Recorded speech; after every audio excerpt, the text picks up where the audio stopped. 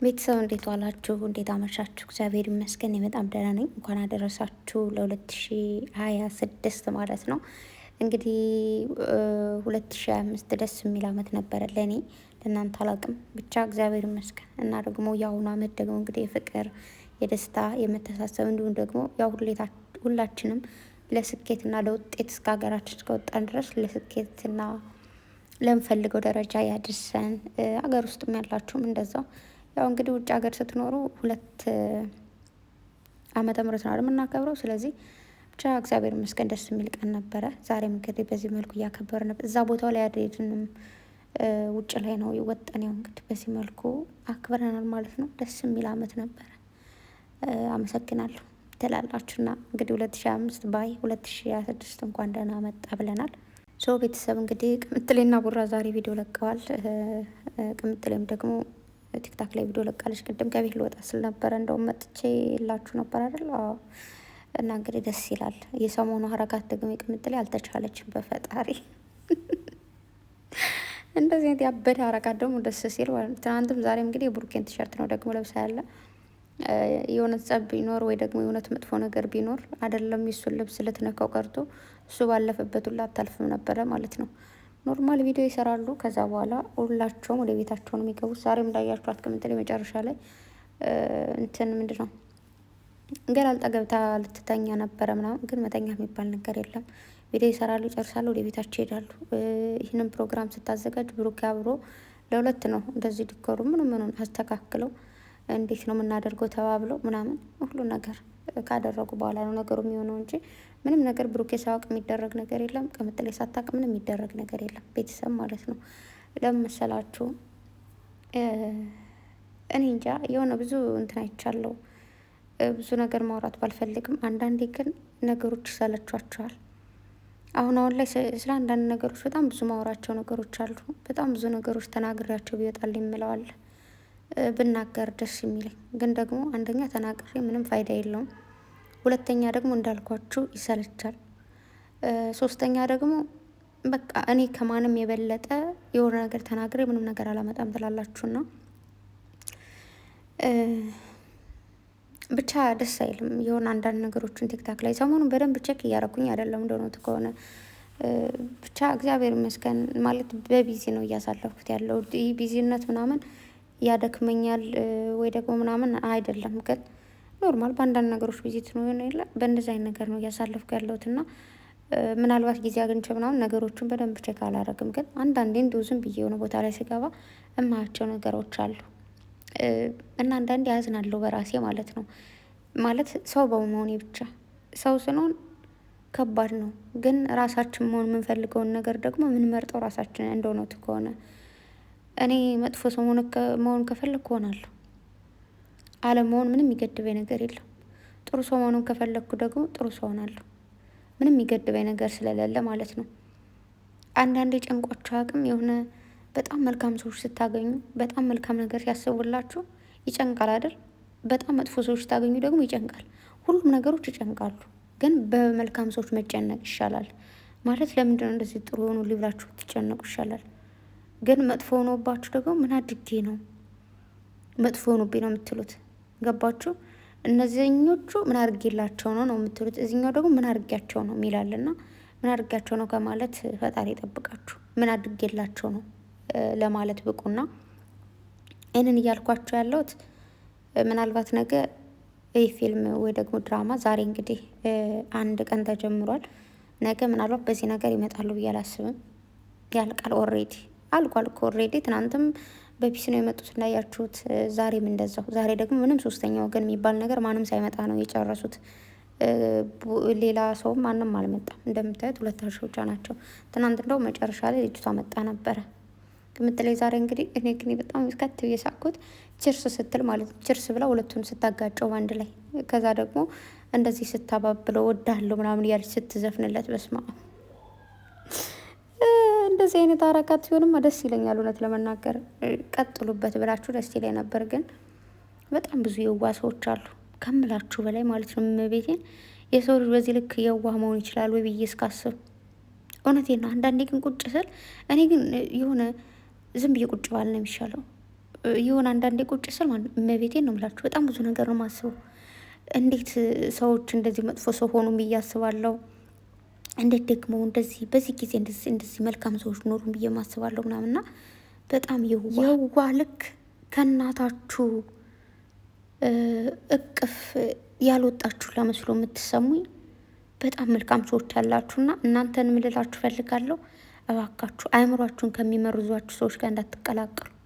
በማርያምን በቃ እናንተ ሰዎች እንደዚህ ንጹህ እንደሆናችሁ መቆየት ያለባችሁ። አንዳንዴ ቅድም እንዳልኳችሁ ነው፣ መጥፎ ሰው ጋር ከተቀላቀላችሁ መጥፎ መሆናችሁ አይቀርም።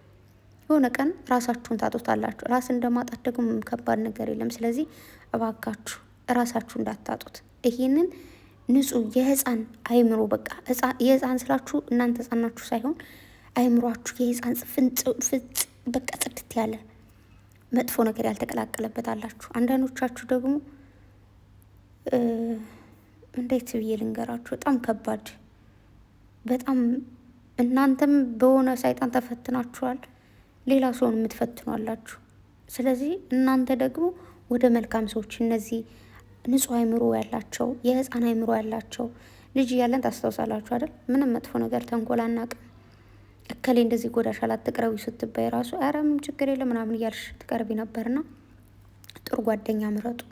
የምር እግዚአብሔር ሲያድላችሁና ፈጣሪ ሲፈቅድላችሁ መልካም ጓደኛ ማለት ከእህት ከእናት ከወንድም ከብዙ በላይ ናቸው ማለት የምር ያስቡላችኋል። የምር ትልቅ ደረጃ ላይ ለመድረስ ራሱ እንደውም ጓደኛ ናቸው ለብዙ ነገር። እኔ ምስክር ነኝ ለጓደኝነት ማለት ነው።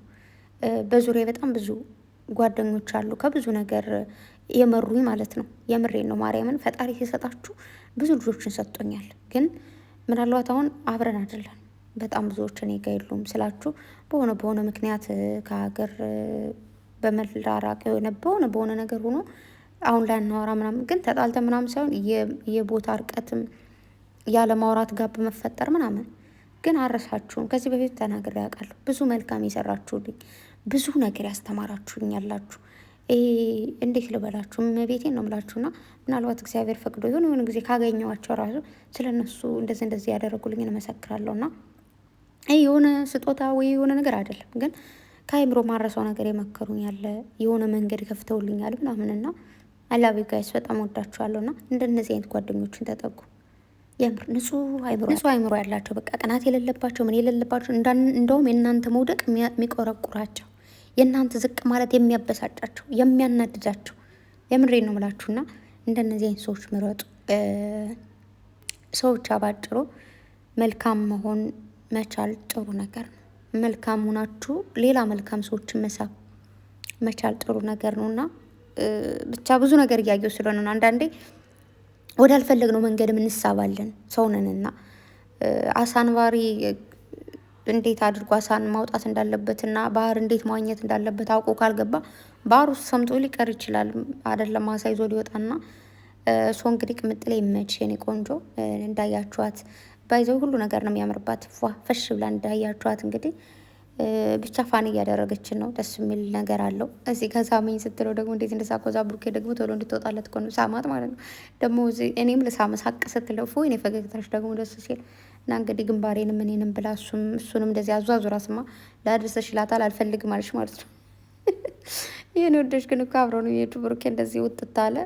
በሩ ይከፍትም አላሳዩንም። ያው ከበሩ አጠገብ መሰለኝ እንደውም ያለው ብቻ። ግን ለማንኛውም ይመቻችሁ። ምንም ስሩ ብቻ በሁለታችሁ ማለት ክፍተት እንዳይፈጠር ጠብቁ ራሳችሁን። እንዲሁም ደግሞ ልባችሁን ጠብቁ። ልባችሁ እንዳይመረዝባችሁ ጠብቁ። እና ደግሞ የሚፍታን ቪዲዮ አይቻለሁ ትናንትና የሆነ እንትን እንደሆነ እያወቅኩኝ ግን የሆነ የሚከብድ ፓርት አለው ታውቃላችሁ። ግን ሚፍታ በጣም ከፍቶት ነው እያወራ የነበረውና ምናልባት ናፍቀውት ይሆናል ማለት እነሱ እዚህ ስለሆኑ እሱ እዛ ስለሆነ ናፍቆቱም እንደዚህ ያደርጋል።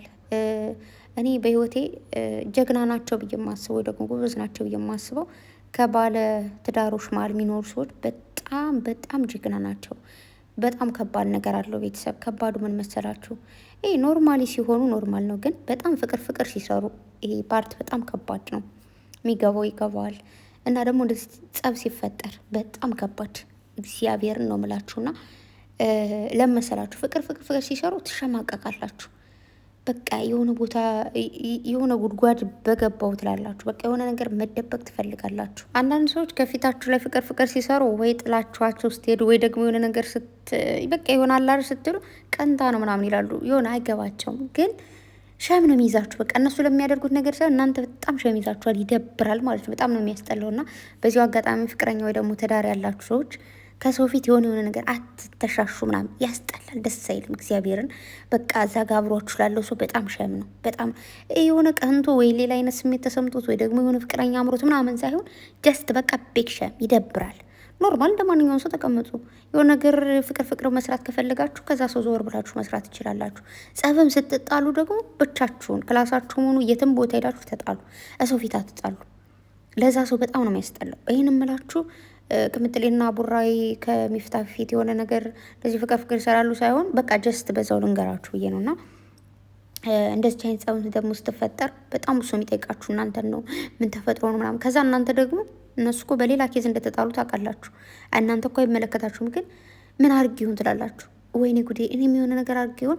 በቃ በየጊዜው ነው የምትጨነቁ። ሲጀመር የሆነ ነገር ሲፈጠር ከተጣሉ በእኔ ምክንያት ይሆን ትላላችሁ። የሆነ ነገር ማድረግ ፈልጋችሁ በእኔ ምክንያት ቢጣሉ ስላላችሁና ብቻ እነዛ ሰዎች እኮ ግን ምርጥ ሰዎች ናቸው።